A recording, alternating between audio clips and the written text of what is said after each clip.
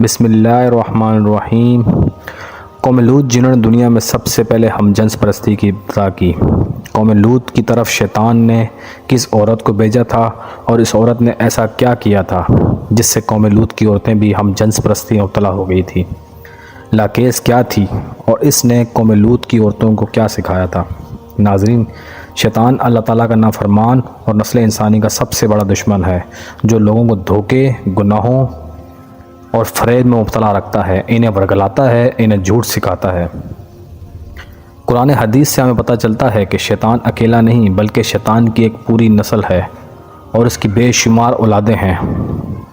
قرآن و حدیث میں شیطان کے مددگاروں کا ذکر ملتا ہے جو شیطان کے چیلے ہیں اور اس کے کاموں میں مددگار ہیں۔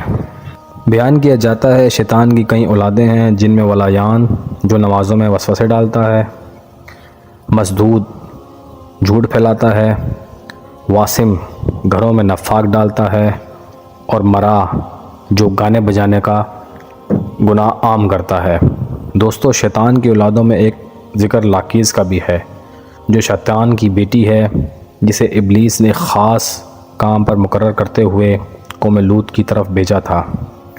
قوم لوط ایک مالدار قوم تھی، یہ اردن کے علاقے میں آباد تھے۔ یہاں خوبصورت وادیاں تھیں جن میں سدوم اور عمورہ کے نام کے دو علاقے تھے۔ ابلیس نے اہل سدوم کو ایسے گمراہ کیا کہ وہ ایک دن ایک آدمی کی صورت میں ان کے پاس آیا اور انہیں مردوں کو مردوں سے شہوت حاصل کرنا سکھایا، اور ان کو یہ عمل بہت پسند آیا، لہٰذا یہ لوگ آہستہ آہستہ اس عمل کے عادی بن گئے اور روزانہ اغلام پرستی کرنے لگے، یہاں تک کہ کوئی مسافر سدوم کے علاقے سے گزرتا تو یہ لوگ اس مسافر کو پکڑ لیتے اور اسے اپنا شکار بنا لیتے۔ وقت گزرتے یہ لوگ اس تباہی کے گڑھوں میں اترتے چلے گئے۔ وہ لوگ اغلام پرستی میں اتنی مشغول ہو گئے کہ ان کو اپنی عورتوں کے ساتھ رغبت نہ رہی۔ وہ کھلے عام اس عمل کو شہر کے چوک اور چوراہوں پر کرتے تھے۔ ان کی ہر محفل میں مردوں کے ساتھ زنا ان کا دستور بن چکا تھا۔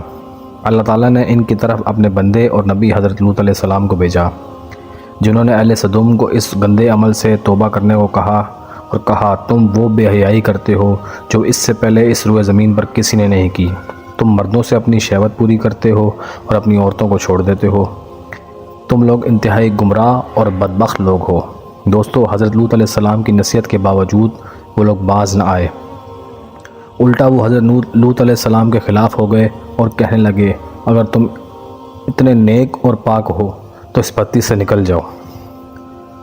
حضرت لوط علیہ السلام اپنی قوم کے اس فعل سے انتہائی رنجیدہ رہتے تھے اور اللہ تعالیٰ سے قوم لوط کی ہدایت کی دعا کیا کرتے تھے۔ دوستو، اہل سدوم کا مردوں سے فعل ایک گناہ ہی نہیں تھا، بلکہ وہ خدا کے بنائے ہوئے خاندانی نظام کو تباہ برباد کر رہے تھے اور ایک ایسے خطرناک فعل کی ابتدا کر چکے تھے جس سے افزائش نسل کا پورا نظام برباد ہو رہا تھا۔ جب قوم لوط کے مردوں نے اپنی عورتوں سے صحبت کرنا اور اپنی خواہش پوری کرنا چھوڑ دی تو ابلیس کے لیے یہ ایک سنہری موقع تھا کہ وہ ان کو ایک نئے گناہ میں مبتلا کرے۔ ابلیس نے اپنی بیٹی لاکیس کو اہل سدوم کی طرف بھیجا۔ لاکیس شیاطین اور جنات میں سب سے زیادہ حسین تھی۔ ابلیس نے اسے حکم دیا کہ وہ ایک خوبصورت عورت کی شکل اختیار کرے اور قوم لوط کی عورتوں کے پاس جائے اور انہیں ہم جنس پرستی کا طریقہ سکھائے جن کی خواہش ان کے مرد پورا نہیں کرتے۔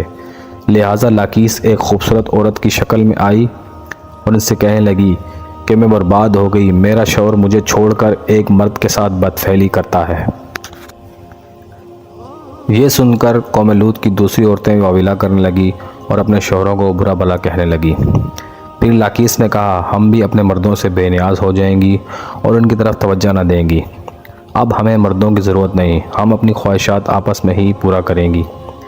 اس طرح ان عورتوں نے کہا، وہ کیسے؟ تو لاکیس قوم لوط سے ایک حسین و جمیل عورت کو لے کے آئی اور اس کے ساتھ بدفعلی کی اور ان عورتوں کو ہم جنس پرستی سکھائی۔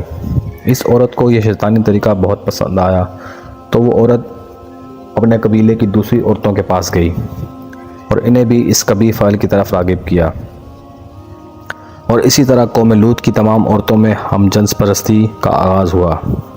ناظرین، جب ان کے مردوں نے دیکھا کہ وہ عورتیں آپس میں ہی شہوت کو پورا کر رہی ہیں تو انہوں نے ان کو کچھ نہیں کہا اور وہ خود بھی اس قبیح فعل میں مبتلا رہے اور ان کی عورتیں بھی ہم جنس پرستی جیسے فعل میں مبتلا رہے، اور قوم لوط کے تمام مرد اور عورتیں ہم جنس پرستی جیسے کبھی فعل میں مبتلا ہو گئے۔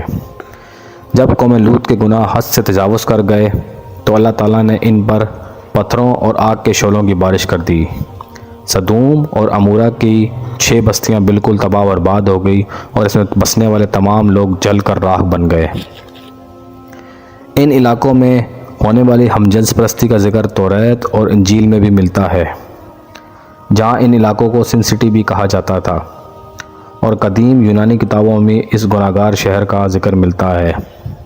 پیارے دوستو، اللہ تعالیٰ سے دعا ہے کہ ہم سب کو اس قبیح فعل سے محفوظ رکھے اور اپنے حفظ و امان میں رکھے۔ تمام دوستوں سے درخواست ہے ہمارے چینل کو سبسکرائب کیجیے اور ہماری ویڈیوز کو لائک کیجیے۔